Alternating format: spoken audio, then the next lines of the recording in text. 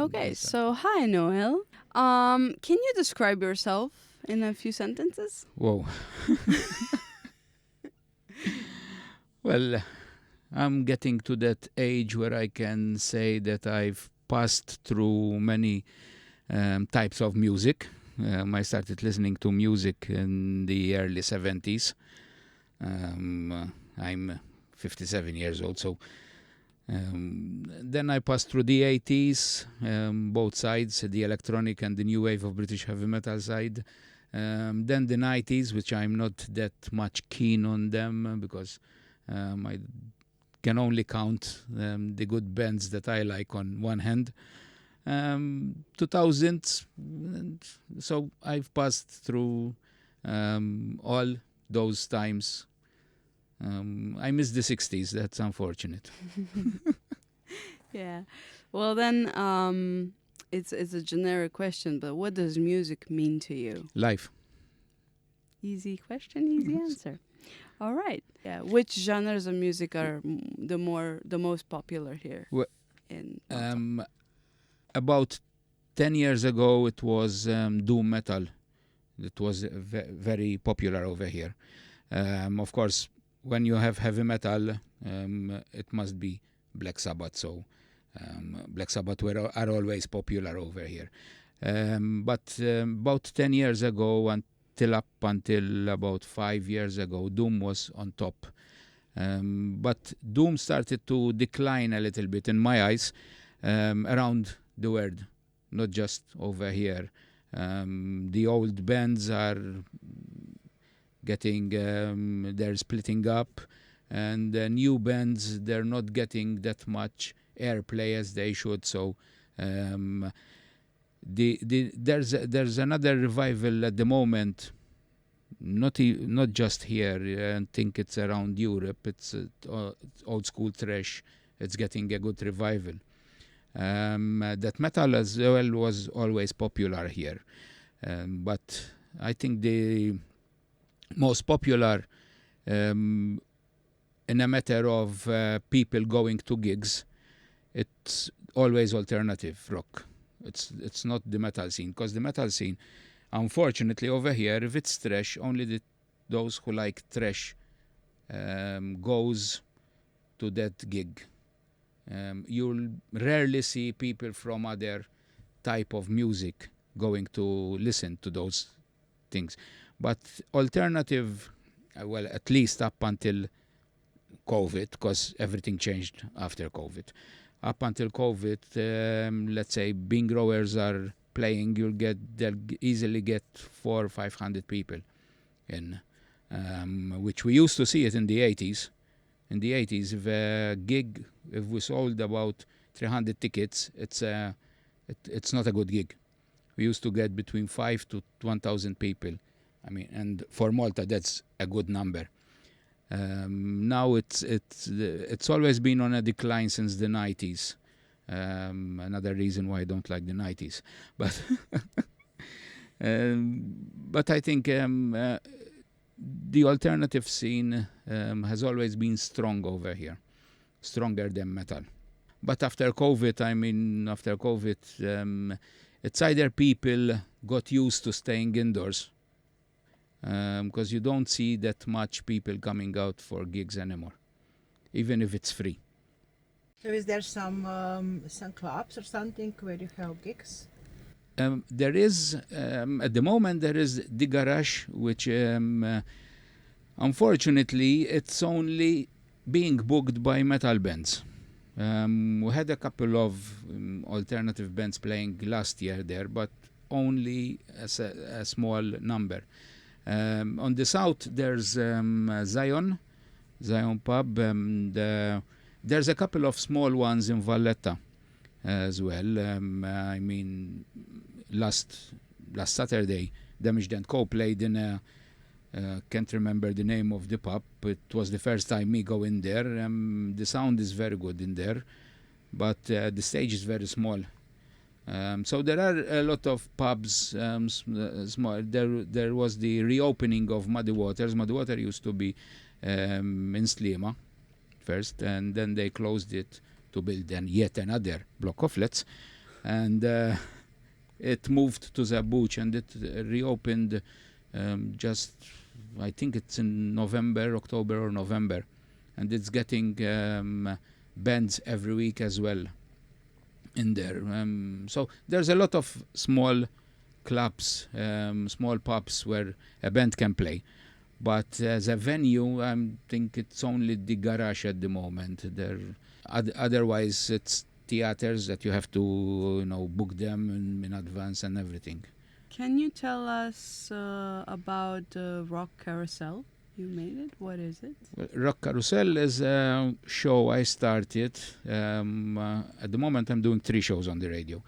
The Rock Carousel is the latest radio show. It's something I started during COVID when we were at home. I mean, I had a lot of time on my hand, and there were a couple of DJs that couldn't send us their shows from the UK, because we had some DJs from the UK doing shows, but they couldn't send them because they weren't doing that anymore, because they weren't going to their radio station. But I could do it from home, and Noel Mifsud, the All Rock manager, asked me if I wanted to do another show, and I said, yeah, okay, but it has to be different from the others. I mean, Rock Moods, it's only about the Maltese scene, and Heat Strokes, it's a metal show. So anything in between that doesn't go on those shows, I put them on Rock Carousel. That's why it's called Rock Carousel. It's like a mix of everything. You also made an internet page about music bands. That's so nice. So tell me a little bit about that. I think it was in March. I met a friend of mine. I haven't seen her for ages. And at Rock the South last year, 2023. And she told me, listen, I'm fed up trying to get contacts for the bands to get their merch, because they don't have websites, they don't have anything, and I want to start something else. Can you help me? Because she's a genius in technology. She did the website herself, but she wasn't familiar with many of the bands. And I said, yeah, okay. So we started from there. And in March, it will be 1 year since we're up. And we're getting bigger and bigger. There's still more bands that we want to go in the scene. But, I mean, contacting every band, and it's a long job. It's a hard job, but we'll get there. I mean, we'll sell merch as well. We offer the bands to sell merch there. We try to put every bit of news in one place. I mean, I get fed up doing Facebook, reading about this band, about that band. So I try to put them on one page where you can read all of it just in one go. And so there is just the Maltese bands, or it's about Maltese bands, but even Maltese bands that live abroad, or we include musicians that live in Malta and play with Maltese bands.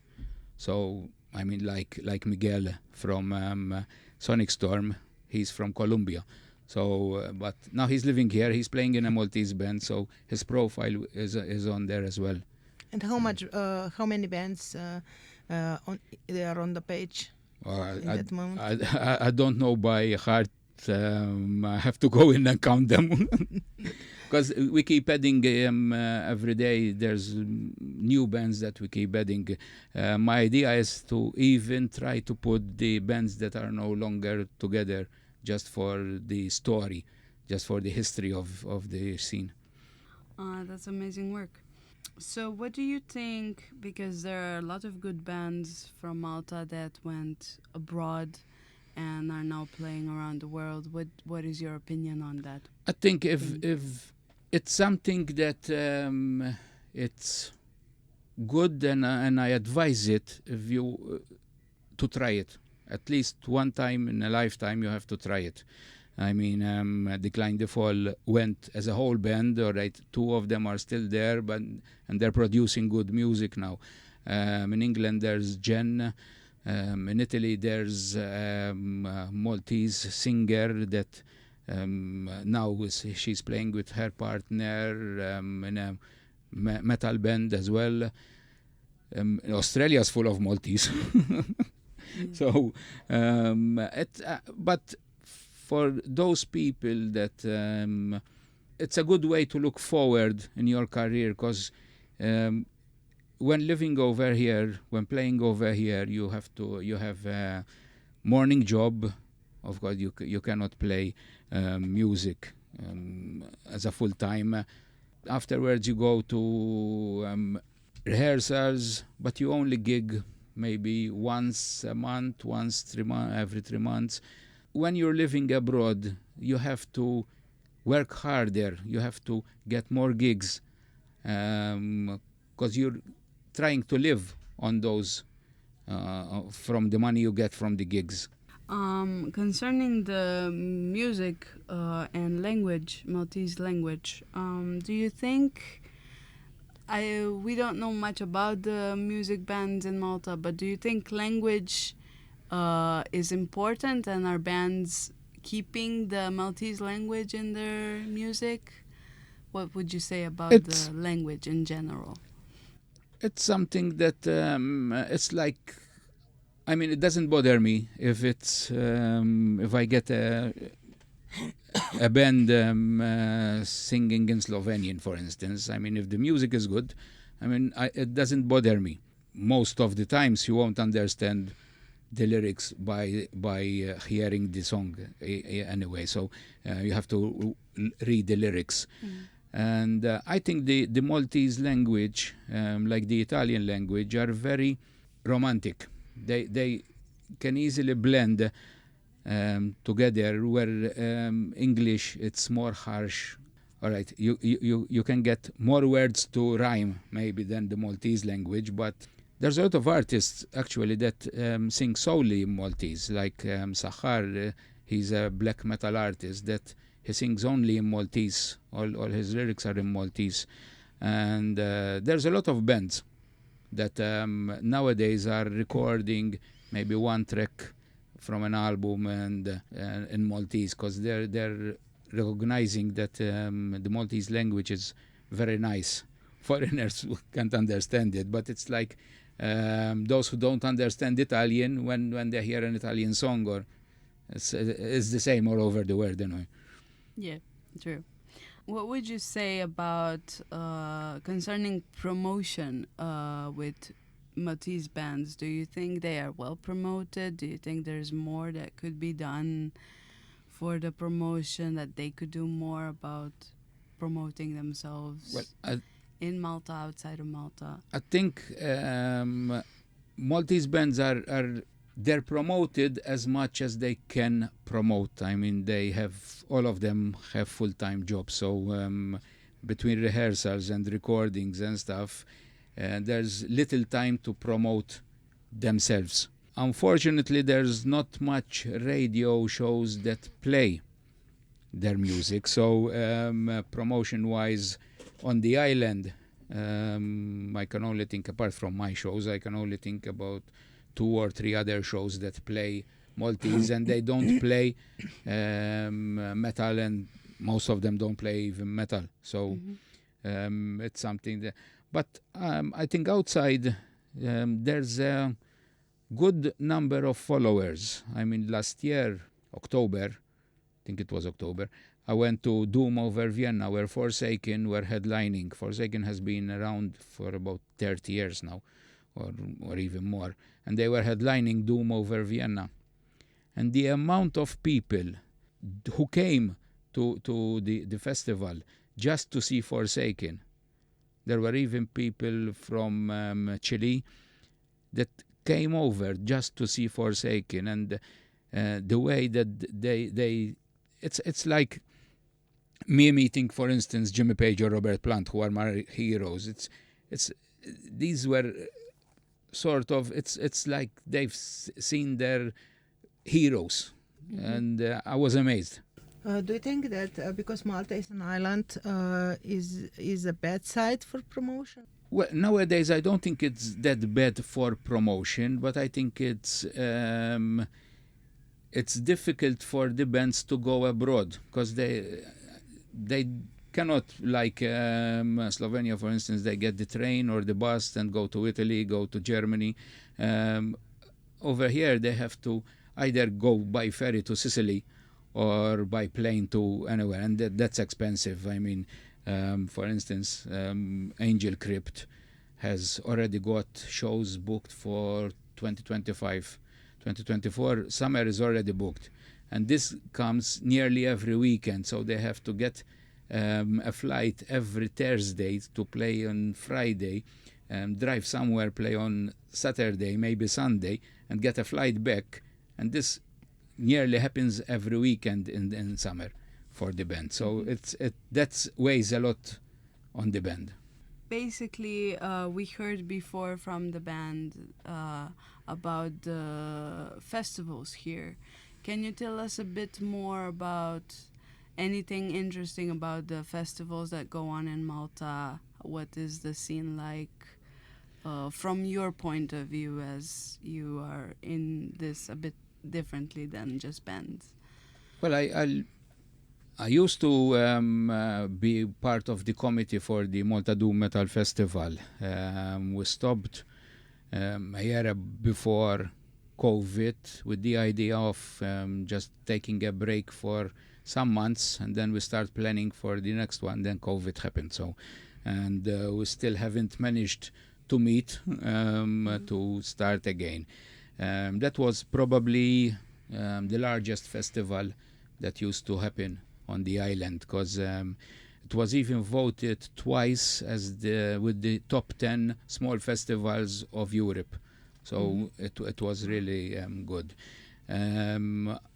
Adjacently with it, there was Metal Over Malta, which was basically all the bands that we didn't book, we cannot book on Malta Doom Metal Festival, because it was a true festival. We kept it just Doom and epic heavy metal and stuff like that.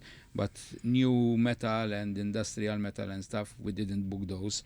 So most of those bands, apart from, of course, Doom and other heavy metal, played on Metal Over Malta. Since COVID, there's been a couple of new festivals popping up, and then last year we had the return of the Malta Death Fest, which was very good. It was the fourth one, and there was a break of about 9 years since it happened. But last year it was very, very good. It was on 3 days, and it happened it took place at the garage. And this year I think it's going to be in early November, and it's going to be on 2 days this year. And on the alternative side, of course, there's Rock This Out. Rock This Out is it was the 10th anniversary last year, and I think it's one of the biggest festivals of music all around it. Of course, the biggest one is the one Earth Garden, which takes place in summer at Ta'ali, but that's a different type of music. That's hippie music.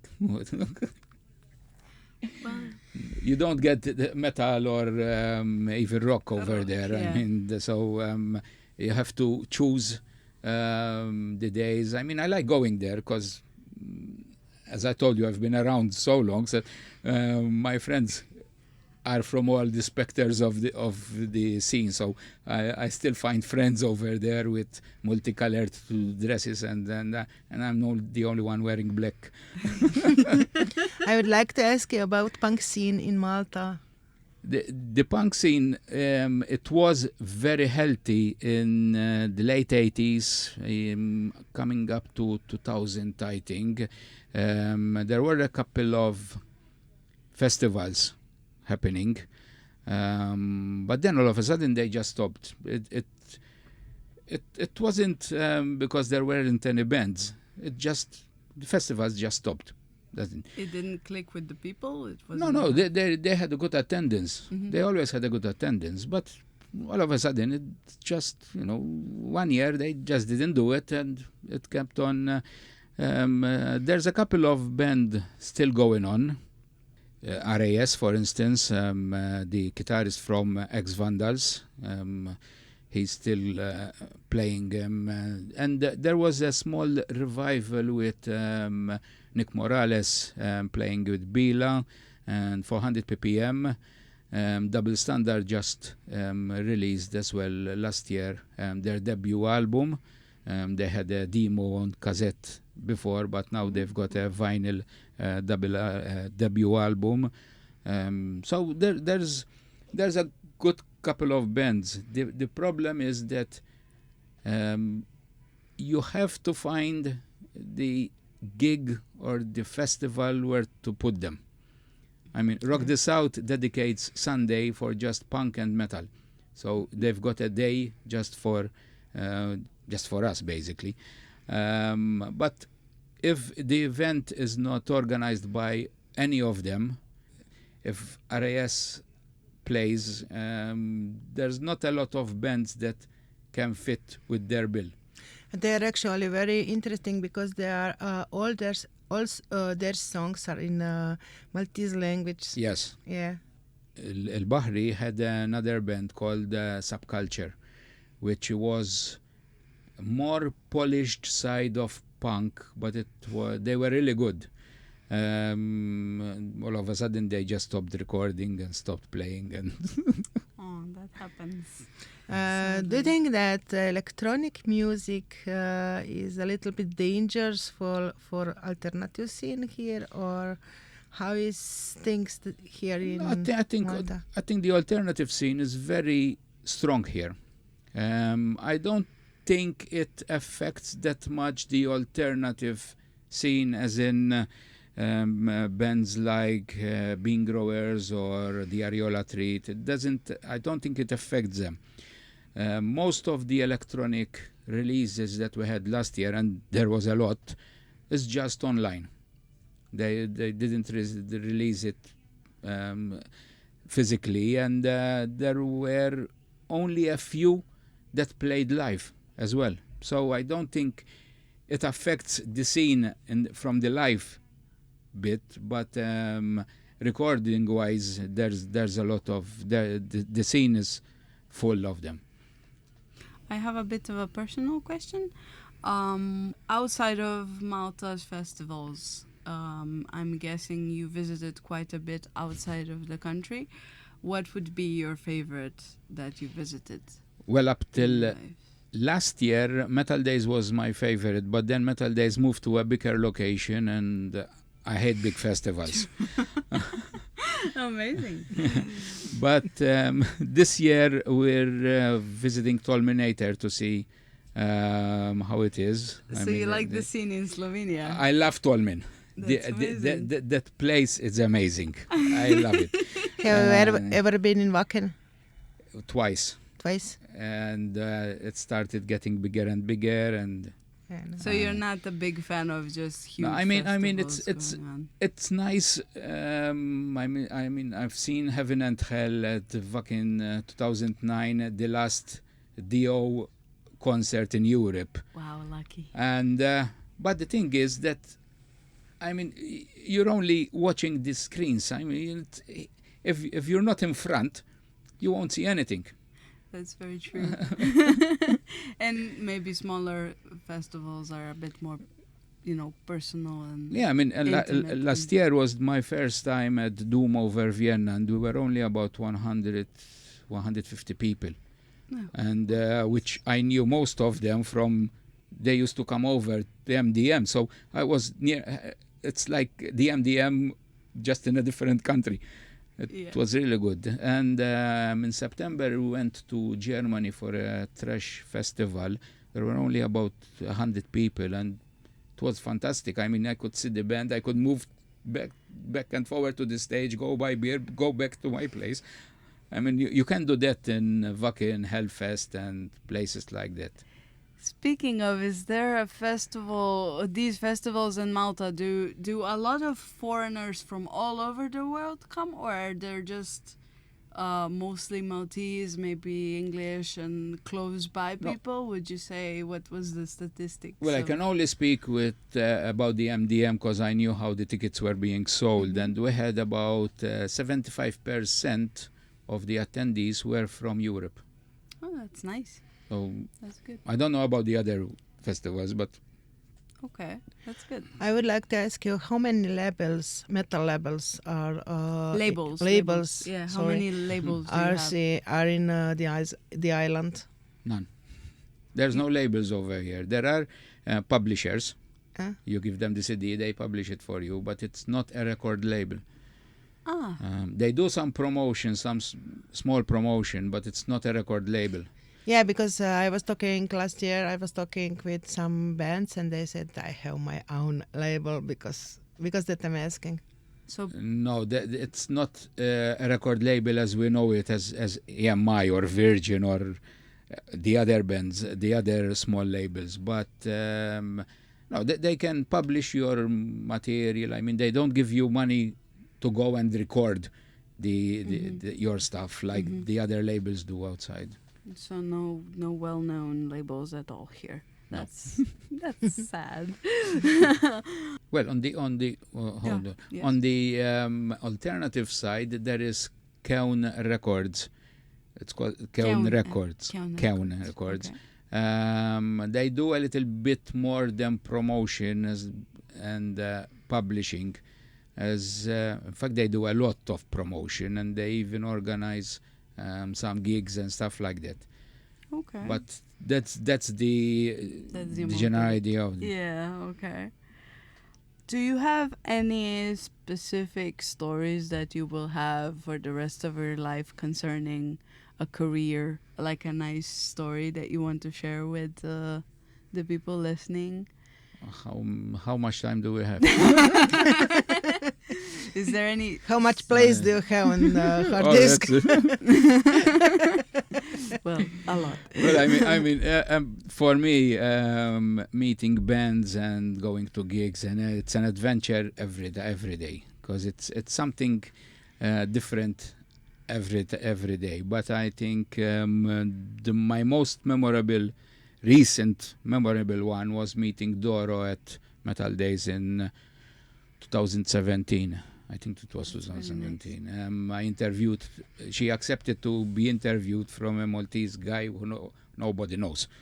So it was something big for me, because I grew up listening to her music, and most probably the most memorable event in my life was going on a boat trip with Black Sabbath when they came over here. Wow! Can you tell us more about this? Well, Black Sabbath, there wasn't. It was the Tony Martin era, and Black Sabbath played in Gżira. I think it was 95. I'm not sure about Okay. the date. It was August 95, and I knew the promoter, and I knew that he was trying to book a boat trip for the band the day after the concert. So I was talking to him and told me, yes, I'm going to issue some limited editions ticket just for a few people who can who want to attend. It was about 7 Maltese pounds at that time. It's about 15 or 16 euros now. And I said, yeah, I want 2 tickets. That's it. And yeah, I said, yeah, okay. But until we saw Black Sabbath getting up on the boat, we didn't know if they were coming, because Okay. the promoters just sold us the ticket. There were about 15 of us, and we didn't know anything, if they were coming or anything. And then all of a sudden they came up, and what I remember most is that Tony Iommi came to talk to one and every each of us, introducing himself. Wow. That's amazing.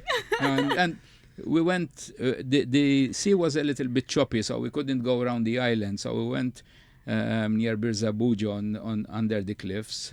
Tony Martin went for a swim, and we just kept talking. I mean, I'm a record collector, and I found out that Neil Murray, who was playing bass with them at the time, was another record collector.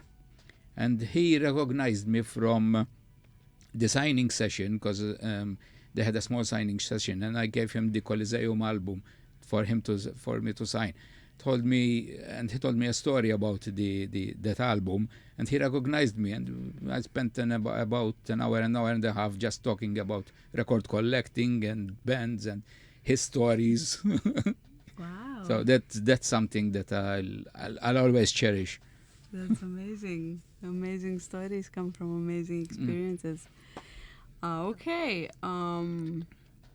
Just one more question, and that would be, what would you suggest to people that are young, that want to pursue a music career in organizing or anything concerning music? What would you suggest?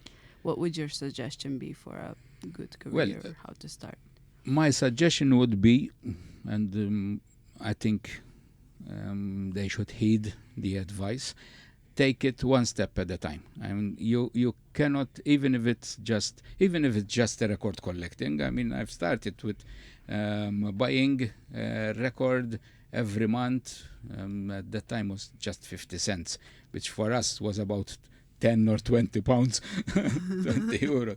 But I mean, there was a lot to buy, and there's still a lot to buy. I still haven't bought anything, but I can't go in a shop and spend all my money on this. You have to spend, and learning how to play and trying to record and everything. I mean, everything costs money, and nobody's going to come and give you, 5,000, 6,000 euros just to record a song. You have to work for it. So take it step by step. And one advice that I give to bands, not just young ones, all bands, is not haste, hurry to record something. Be sure that those 11 songs are really good to be on that album. Because there's a lot of bands, not just Maltese bands. They finish a number of songs. Yeah, we're good. We'll start recording them. And then you listen to the album and say, okay, these are good, but these are... Yeah. So take your time with every song you make, basically. That's great. It was a pleasure speaking with you. Thank you. It was a pleasure. Yeah, thank you very much. And good luck with your endeavors in the future. Thanks. Yeah, that's it, folks. Thank you. Thank you.